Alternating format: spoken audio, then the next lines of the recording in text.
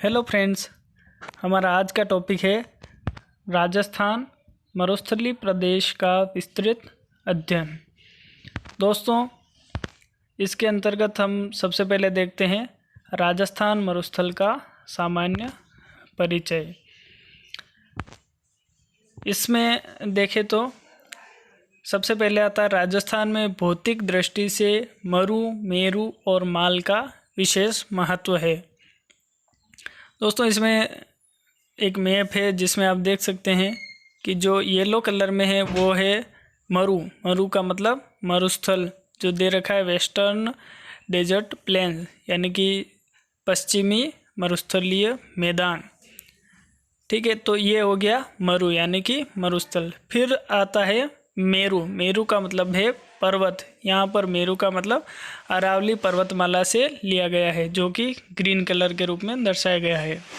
फिर आता है माल, और यहाँ पर माल का मतलब है पठार, जो कि राजस्थान के दक्षिण पूर्वी भाग में है। ऊपर माल का पठार जो दिया हुआ है, हाड़ौती रीजन जो दिया हुआ है उसके लिए कहा गया है। और तो इन तीनों का राजस्थान में विशेष महत्व है। आगे देखते हैं दोस्तों, यह सिंधु सतलज एवं अरावली पर्वत श्रेणी के मध्य स्थित है। यानी कि जो पाकिस्तान वाला जो भाग है, जो राजस्थान का पश्चिमी भाग है, वहाँ पर सिंधु और सतलज नदियाँ बहती है, वहाँ से लगाकर और अरावली पर्वतमाला के बीच में इस मरुस्थल का विस्तार है। और यह देखा जाए तो राजस्थान मैदान का कितना 61.11% है। यानी कि ये पूरा जो मैदान है वो लगभग 61.11% है। और इसका क्षेत्रफल देखें तो 1,95,750 वर्ग किलोमीटर है। इसमें भी देखें तो जो राजस्थान का मैदान है उसके दो प्रमुख पार्ट है। उसमें पहला है मरुस्थलीय प्रदेश जिसको हम अध्ययन कर रहे हैं, और दूसरा आता है राजस्थान बांगर। तो इसमें ये भी दे रखा है कि बांगर जो प्लेन्स है उसके बारे में बताया गया है। जो कि अर्धशुष्क वाला भाग है वो बांगर है, और जो पूरा शुष्क है वो मरुस्थलीय प्रदेश है। और दोस्तों, इस मैदान के अंतर्गत राजस्थान के कुल 12 मरुस्थलीय जिले आते हैं। तो कौन कौन से जिले आते हैं आप इस अगले मैप में देख सकते हैं कि राजस्थान जो मरुस्थलीय प्रदेश में उसमें कौन कौन से जिले सम्मिलित किए जाते हैं। तो दोस्तों, आज हम शुरू कर रहे हैं हमारा मेन टॉपिक जो है मरुस्थलीय प्रदेश का विस्तृत वर्णन, और उसका पहला भाग हम पढ़ रहे हैं। इसका नेक्स्ट भाग हम अगली वीडियो में पढ़ेंगे। तो पहला भाग हम शुरू कर रहे हैं। सबसे पहले हम देखते हैं स्थिति एवं विस्तार। इसमें देखेंगे, इसके अंतर्गत आता है राजस्थान के 5 जिले आते हैं। स्थिति एवं विस्तार के अंतर्गत देखें तो इस मरुस्थलीय प्रदेश में राजस्थान के 5 जिले आते हैं, जो कि मैप में आप देख सकते हैं, जिनको शेडिंग दी गई है या कलर किया गया है। इन जिलों में हम देखें तो जैसलमेर, बीकानेर, जोधपुर, बाड़मेर और चूरू जिले सम्मिलित किए जाते हैं। और इस प्रदेश में राज्य का 40.13% भाग आता है, जिसका अगर क्षेत्रफल देखें तो 1,33,712 वर्ग किलोमीटर है। और देखें तो इस प्रदेश में पशुपालन, व्यवसाय, पेट्रोलियम तथा प्राकृतिक गैस की प्रचुर संभावनाएं पाई जाती है। आगे देखते हैं दोस्तों, भूगर्भिक संरचना, यानी कि जो पृथ्वी की आंतरिक संरचना यहाँ पर किस प्रकार की है। तो इसमें देखें तो मरुस्थलीय प्रदेश विश्व के नवीनतम मरुस्थलों में से एक है। यानी कि विश्व के सबसे नवीनतम जो मरुस्थल पाए जाते हैं उसमें हमारा मरुस्थलीय प्रदेश भी सम्मिलित है। फिर है, यह प्रदेश प्रायद्वीपीय पठार का ही भाग माना जाता है। दोस्तों, जो भारत का दक्षिण का जो पठार है, जिसको दक्कन का पठार कहते हैं या प्रायद्वीपीय पठार कहते हैं, उसी का ही विस्तार माना गया है थार मरुस्थल को। तो यह भी एक भूगर्भिक संरचना बताती है। फिर आगे देखें, तो इस प्रदेश में मेसोजोइक व सेनोजोइक काल के समुद्री जीवाश्म मिलते हैं, यानी कि बहुत काफ़ी समय पहले के जो जीवाश्म हैं वो इस मरुस्थल में पाए जाते हैं। और भूगर्भिक जो प्रमाण है उससे स्पष्ट हुआ है कि जो पर्मो कार्बोनिफेरस युग था उसमें पश्चिमी राजस्थान क्या था, समुद्र के रूप में विस्तृत था। अगला पॉइंट आता है दोस्तों भौतिक दशाएं। इसमें सबसे पहले हम देखेंगे उच्चावच, यानी कि वहाँ की स्थलाकृति किस प्रकार की है। इसमें सबसे पहले देखें, इस प्रदेश का ढाल सिंधु घाटी व कच्छ के रण की ओर है। फिर दूसरा आता है, इस क्षेत्र में बालू का स्तूपों का विस्तार पाया जाता है। फिर है, बाड़मेर जिले में अरावली की एक श्रेणी फैली हुई है जिन्हें 56 की पहाड़ियाँ कहते हैं, और इस प्रदेश की मुख्य नदी लूनी नदी है। दोस्तों इस नक्शे में आप देख सकते हैं कि लूनी नदी दर्शाई गई है जिसका ढाल किस ओर है, कच्छ की खाड़ी की ओर है। तो जब ये नदी कच्छ की खाड़ी में मिल रही है इसका मतलब नदी का ढाल कच्छ की खाड़ी की ओर है। तो इससे यही पता चलता है कि भाई इस मैदान का ढाल भी किस ओर है, कच्छ के रण की ओर है। फिर देखें तो इस एरिया में क्या है, बालू का स्तूप, यानी कि रेत के बड़े बड़े टिल्ले पाए जाते हैं।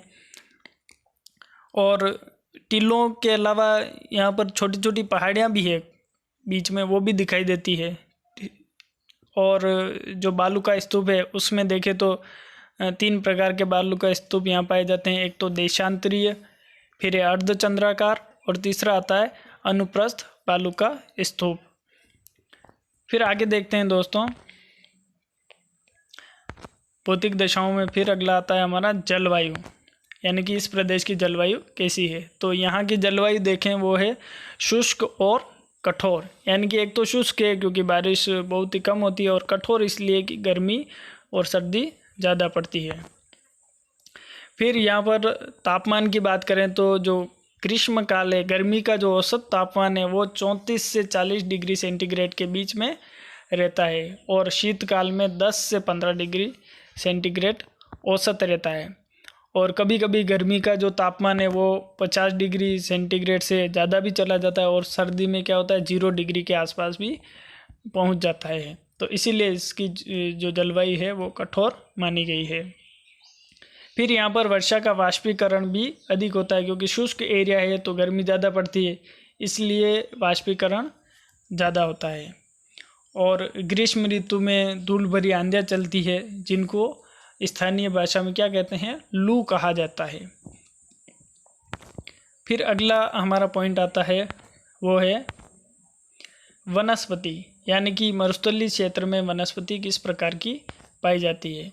तो इसमें देखें यहाँ की वनस्पति है अत्यंत क्षीण, छोटे पौधे एवं कटीली झाड़ियाँ ही उगती है, क्योंकि पानी की कमी है तो बड़े बड़े वृक्ष उगना संभव नहीं है, इसलिए बहुत ही कम उगती है और छोटी मोटी जो है कटीली झाड़ियाँ उगती है। फिर देखें तो यहाँ पर जो प्रमुख वृक्ष हैं जो कि गर्मी सहन कर जाते हैं, उन वृक्षों में देखें तो बबूल है, खेजड़ी, कीकर और एक अंग्रेजी कोनिया आदि पेड़ आते हैं। साथ ही देखें तो वर्तमान में विलायती बबूल और जोजोबा जो वृक्ष हैं वो भी अधिक पाए जाते हैं। फिर यहाँ पर अनेक प्रकार की घासें भी उग जाती है, तो उन घासों में देखें तो एक सेवण है, दावण है और तूडियम करके घासें यहाँ पर पाई जाती है। आप चित्र में देख सकते हैं किस प्रकार की वनस्पति वहाँ पर दिखाई पड़ती है। अगला पॉइंट देखते हैं दोस्तों मिट्टियाँ। मिट्टियों में देखें तो यहाँ पर जो मिट्टियाँ पाई जाती है सामान्य रूप से बालू के नाम से ही जानी जाती है, क्योंकि चारों तरफ रेत है तो उसको हम रेतीली मिट्टी के नाम से ही जानते हैं। फिर है इन मिट्टियों में क्या होता है 90 से 95% तो रेत ही होती है, लेकिन 5 से 7% क्या होती है चिकनी मिट्टी का अंश पाया जाता है। फिर है ये मिट्टियाँ क्षारीय एवं लवणीय होती है, जो कि फसल पैदावार के लिए उपयोगी नहीं होती है। और इस प्रदेश में देखें तो जो नाइट्रेट के साथ जो फॉस्फोरस पाया जाता है वो इस मिट्टी को क्या करता है, उपजाऊ बनाए रखता है, जिसके कारण हम यहाँ पर बाजरा फसल पैदा कर पाते हैं। अगला पॉइंट आता है दोस्तों हमारा खनिज। खनिज के अंतर्गत हम देखें तो इस क्षेत्र में अनेक प्रकार के अधात्विक खनिज पाए जाते हैं, यानी कि धात्विक खनिजों की मात्रा न के बराबर है, लेकिन अधात्विक खनिज विशेष रूप से पाए जाते हैं। और इन अधात्विक खनिजों में हम देखें तो प्रमुख खनिज हैं एस्बेस्टॉस है, फॉस्फेट, नमक, मुल्तानी मिट्टी, इमारती पत्थर, बालू का पत्थर, चूना पत्थर, बेंटोनाइट, सेलेनाइट, सिलिका एवं जिप्सम आदि मुख्य रूप से पाए जाते हैं।